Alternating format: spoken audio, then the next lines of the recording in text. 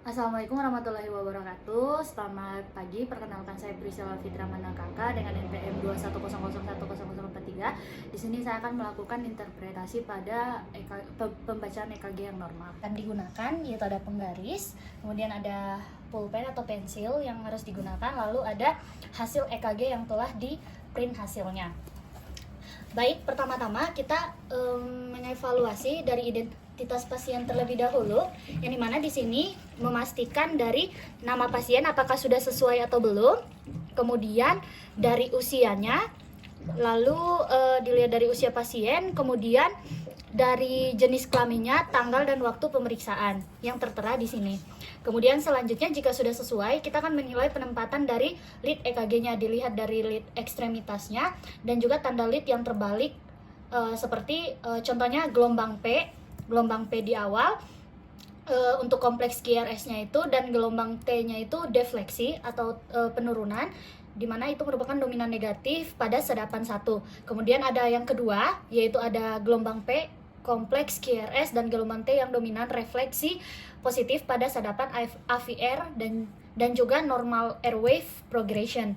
Kemudian di sini saya akan mengkalibrasi terlebih dahulu dari amplitudonya, amplitudo standarnya, yang dimana 1 milivolt milivolume sama dengan 10 mm. Di sini kita melihat dari apakah sudah sesuai atau belum. Kemudian setelah itu kita kalibrasi dari kecepatan kertasnya. Untuk kecepatan kertasnya itu 25 mm per second per detik. Sudah sesuai. Kemudian selanjutnya nilai regularitas dengan memperhatikan gelombang R, jarak antara gelombang R atau gelombang R ke R, atau jarak dari P hingga P itu sama untuk EKG yang normal. Di sini kita melihat untuk jaraknya itu apakah sesuai atau tidak. Kemudian di sini kita nilai semuanya. Begitupun juga yang mengalami defleksi. Lalu di sini untuk jaraknya R menuju R apakah sama atau tidak. Di sini hasilnya sama.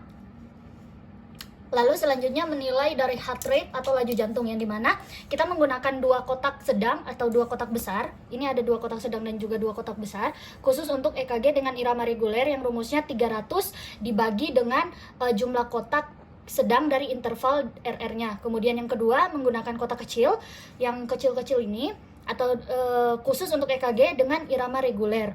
Rumusnya yaitu 1500 dibagi jumlah kotak kecil antara RR intervalnya. Kemudian yang ketiga menggunakan 6 detik, dapat digunakan untuk irama reguler maupun irregular H, di mana nanti kita akan hitung kompleks QRS yang ditemukan lalu dikalikan 10.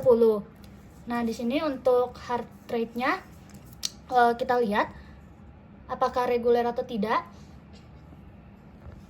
Lalu untuk irregularnya itu dia tidak seimbang pada 6 detik. Lalu selanjutnya kita menilai dari ritme sinus atau non sinusnya. Irama sinus yaitu selalu ada satu gelombang P yang diikuti oleh satu kompleks QRS pada satu gelombang T.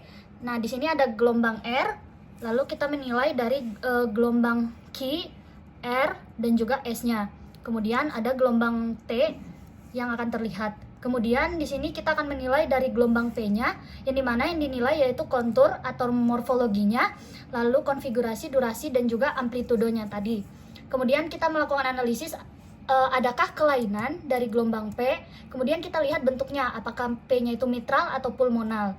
Biasanya akan terjadi defleksi atau penurunan, yang itu berarti kalau defleksi berarti ke atas. Defleksinya itu ke atas berarti positif pada lead 1, 2, AVL dan juga V3 dan juga V6-nya. V3 dan juga V6-nya. Kemudian selanjutnya normalnya tinggi tidak lebih dari 3 kotak kecil atau setara dengan 0,3 mm, dan lebarnya itu tidak lebih dari 3 kotak kecil atau 0,12 second. Positif kecuali di AVR dan juga gelombang yang simetris. AVR dan juga gelombangnya simetris. Kemudian menilai dari PR-nya. Nah, untuk PR-nya sendiri, gelombang P dan juga R-nya, di mana untuk interval normal yaitu 0 0,12 sampai 0,2 detik. Jika PR interval memanjang, kita akan mencurigai adanya AVI block dari adanya kelainan dari AVI blocknya. Kemudian kita menilai morfologi dari gelombang Q, yang dimana untuk gelombang Q-nya itu di sini sebelum gelombang R, dimana untuk morfologi dan gelombangnya, lebar gelombang Q itu normal kurang dari 0,04 detik, yang dimana untuk tingginya itu kurang dari 0,1 mm. Kemudian untuk keadaan patologis dapat dilihat di mana panjang Q-nya itu lebih dari 1/3 R, setidaknya didapatkan dari 2 lead yang berdekatan secara anatomis. Dan juga untuk QS pattern-nya dengan gelombang R tidak adanya Q patologis yang menunjukkan adanya old myocardial infarction. Lalu kita menilai juga dari morfologi dari R-nya. Untuk L-nya itu apakah progresif atau regresif. Lalu untuk S-nya juga kita nilai apakah progresif atau regresif. Lalu kita menilai dari amplitudo QRS kompleksnya, yang dimana di sini harus setidaknya ada 1 lead ekstremitas dengan amplitudo R lebih dari 5 mm dan setidaknya 1 lead prekordial dengan amplitudonya itu R lebih dari 5 mm.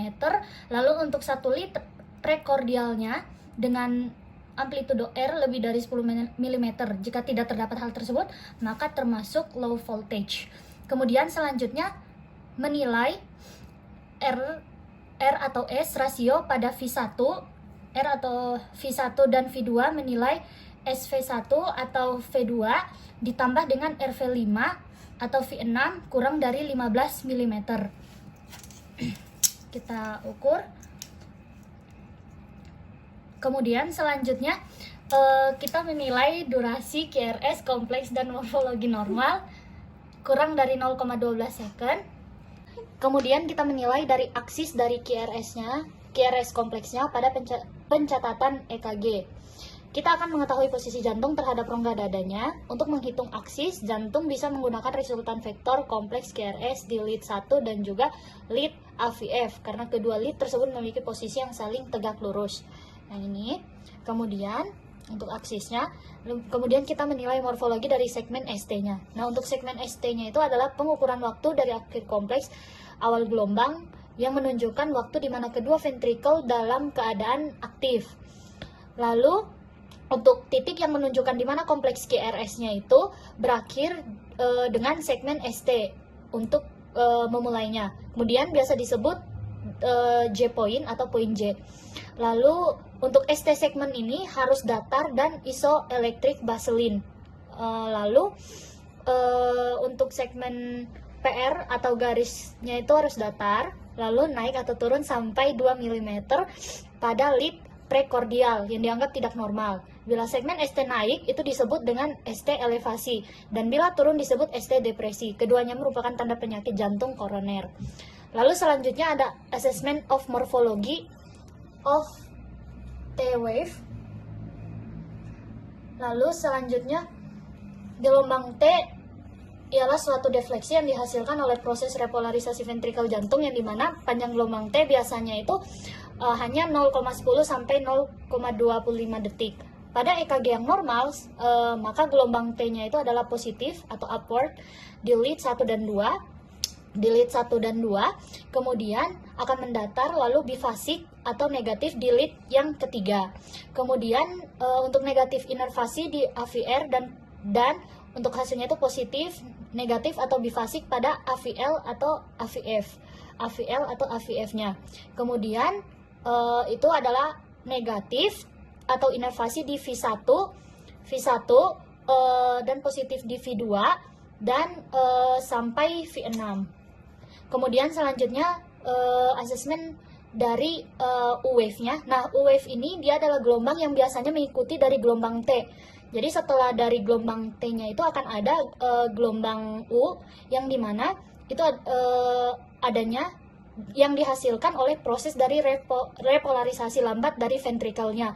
Nah, gelombang U ini adalah defleksi yang positif dan juga kecil setelah gelombang T. Nanti ada yang ini. Kemudian selanjutnya untuk interval Q dan T diukur mulai dari permulaan gelombang Q sampai pada akhir gelombang T, yang menggambarkan lamanya proses listrik dan juga sistolik dari ventricle atau depolarisasi ventricle dan repolarisasinya. Untuk interval Q dan T itu akan berubah-ubah tergantung dari frekuensi jantungnya. Jadi ini perlu kita koreksi untuk frekuensi jantung atau Q sampai ke TC-nya. Untuk koreksi ini kita biasa menggunakan nomogram untuk memberikan Q sampai TC-nya. Dan untuk frekuensi jantungnya itu kurang lebih 60 kali per menit. Untuk QTC normalnya itu khususnya pada laki-laki tidak boleh lebih dari 0,42 detik dan pada wanita tidak boleh lebih dari 0,45 detik.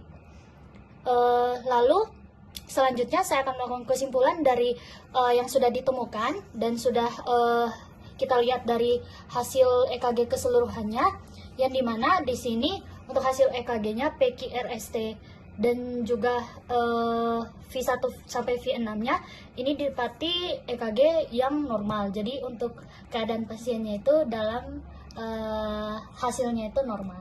Sekian interpretasi dari saya. Untuk kurang lebihnya mohon maaf. Wassalamualaikum warahmatullahi wabarakatuh.